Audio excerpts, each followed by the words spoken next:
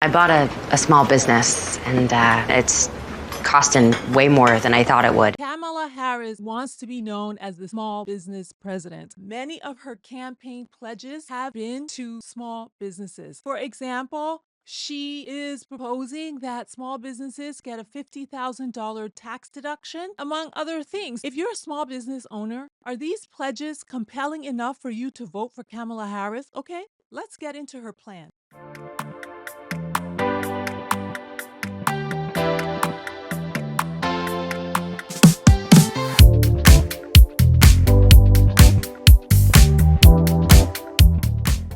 If you've been listening to anything that Kamala is saying, you know she wants to win with small businesses. Here are four things she's pledged. Number one, she wants to have 25 million small business applications during her first term as president. Currently, we have had 19 since Joe Biden, and Kamala wants to up that to 25 million. That's a big, ambitious goal. Number two, tax deduction. She's going to increase the small business tax expense deduction from 5,000 to 50,000.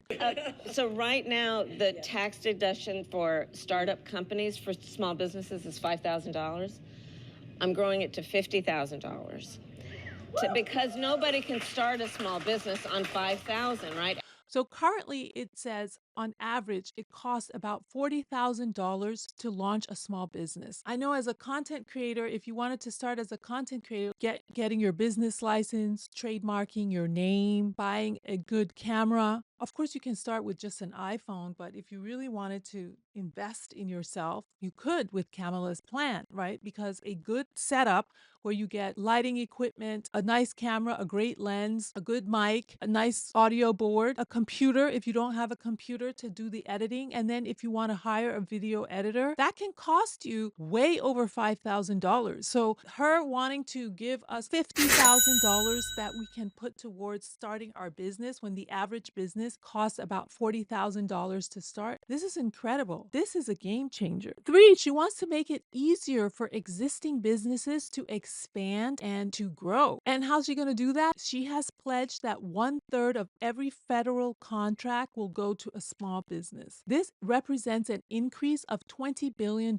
in revenue going to small businesses just by allocating 1/3 of federal contracts to small business. That's a win. She's going to be expanding contract opportunities and offering more federal contracts to small businesses. She's going to create something called the Small Business Expansion Fund. One of the problems that small businesses have, and I don't have to tell you because if you're a small business, you know it's very hard to get your hands on capital, and also capital can be very expensive. A lot of small businesses max out credit cards, which have very high interest rates to get their business started. I know that for myself, when I started my business, I didn't get capital. I had to fund my own business. I took salary that I was being paid, and instead of buying clothes or traveling or vacationing, I would take that money and invest it in my business. And I would spend money on things to help my business grow and to expand. It is very expensive. In addition to expensive capital, small businesses need time to generate capital so that they can pay back the loans for the capital that they've managed to get. So she wants to launch a small business fund where community banks and community development institutions, I don't know what those are, cover the cost of interest while the small business is growing or expanding. This fund will help small businesses who are there to create jobs or to grow within communities have access to affordable capital. Fourth, she wants less burdensome regulations, cutting through some of the red tape that slows down growth. She feels that less bureaucracy means faster expansion. You know, I think one of the use cases would be like real estate license. When you get your real estate license in New York, if you want to go work in Florida, you have to go and get a real estate license in Florida.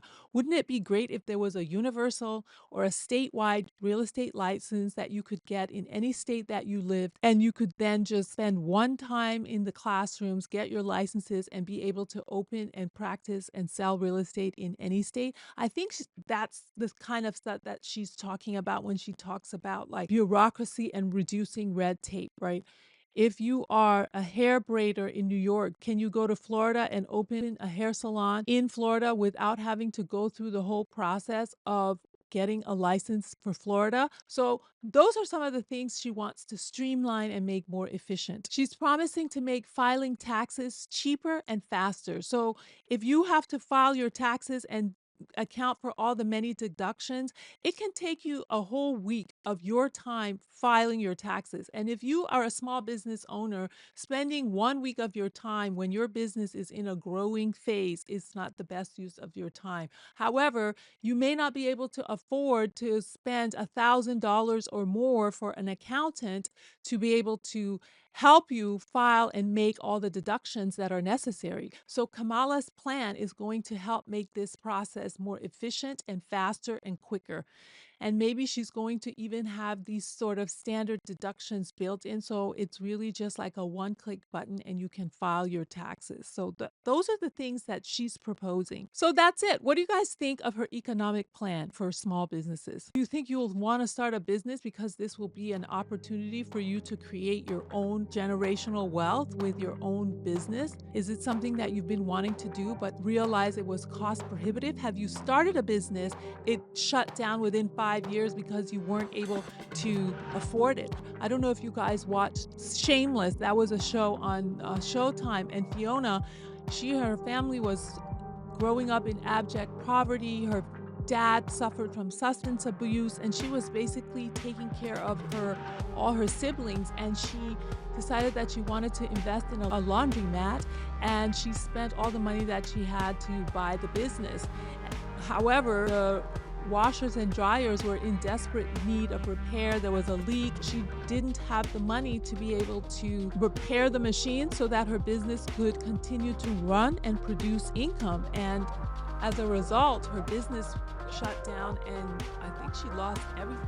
When government is trying to stimulate the economy by focusing on small business, this can be really a winning point, and this could help a lot of people, especially on, as they call them, Main Street businesses, local businesses, mom and pop businesses, me and you. What are some of the challenges you're facing with your small business that you would want help with? Are there changes you'd like to see when it comes to opening, starting, expanding your small business? Is Kamala on the right track? What do you think? For me, I know I'm going to give her a point for this because it's important to me, but I want you to also think about you and what's important to you and look at both sides of the issues. Look at both candidates because we get a lot of information, and a lot of the information they're talking about, Donald Trump said this and Kamala said this, and they're not really talking about the issues and the policies and pledges that these candidates are making to us.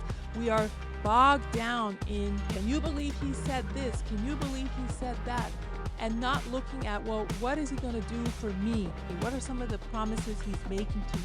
And I'm going to hold her accountable for that, because if I'm basing my vote for her on those pledges and then she gets into office and doesn't deliver, that's not going to be good, right?